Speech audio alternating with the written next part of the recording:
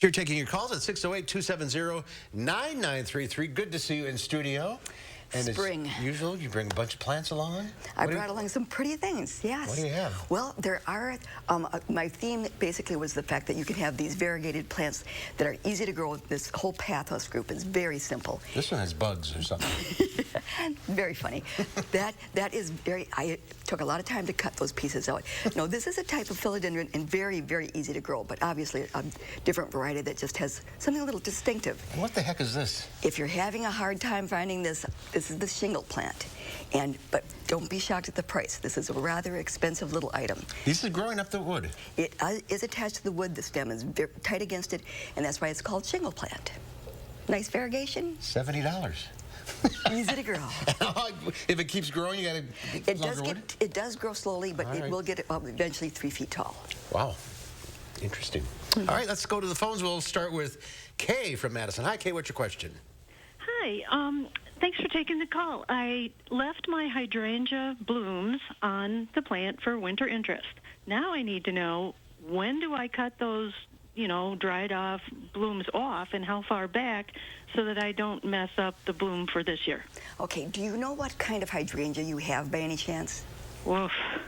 Okay, that's all right. Are they coneflowers? Cone-shaped? Kind of.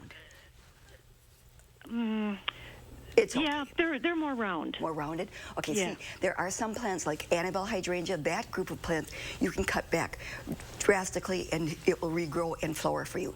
This is the time to prune those flowers off, any hydrangeas, but depending upon what kind it is, that determines how far you cut it back. Because if it's a PG or a panicle, that variety, that species of hydrangea, then you only prune them back about 6-8 inches. Okay, so find out what kind it is. It would be best to be careful. All right, Mary Ann from Barneveld. Go ahead, what's your question? Mine is the very same question she had about the hydrangea. Mine was a pink one. Does that make a difference? That does help, yes, because you can prune them back further, but I would suggest waiting till you see where new growth occurs. Just cut off the flowers at this point. Okay. You don't cut it back? Thank you so much. Okay, thanks for calling. Let's see, we have Margie here. Go ahead, Margie. Hi, I'm calling to ask about some tulips that I was gifted. They were grown in a glass container, and they were just gorgeous, but they're done blooming now, and I want to know what I should do with the bulbs. Should I plant them? Yeah, were they in soil? Were they in soil or in water? In water. In water. Generally, those are difficult for them to do very well. Once you could try planting them in the ground when it gets a little bit warmer, because those leaves would still freeze off because they've been inside.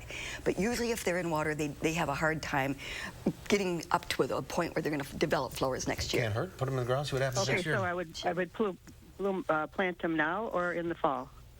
You would wait until it's warm enough outside to plant them, and then the leaves need to regenerate and build up that bulb again.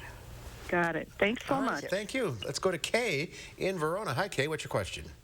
Yes, I had a hibiscus outside last year in a pot. I brought it in. I know it was supposed to go dormant. It didn't. It keeps on growing and it's blossoming, but I have scales on it. Yes. What's the best way to handle those? Well, if there's just a few of them, you can actually remove them and use a little cotton swab with alcohol to kill the eggs. But if they're numerous, you would have to do some sort of systemic. So come to the garden center or wherever you like to get your chemicals and use a systemic against it, because that's a difficult insect to get rid of indoors. Okay, quickly, Nancy from DeForest. What's your question?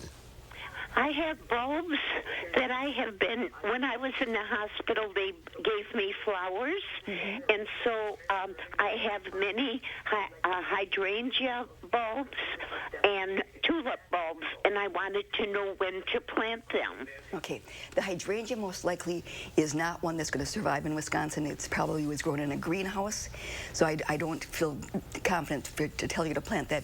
The other bulbs, you can try planting them and see if they will regenerate, but after past frost. Yeah. May 15th. Yeah, Mother's Day, usually around that time. That's why. All right, we are out of time. Thank you. Great to see you again. Good to see you, Mark. Get this fixed.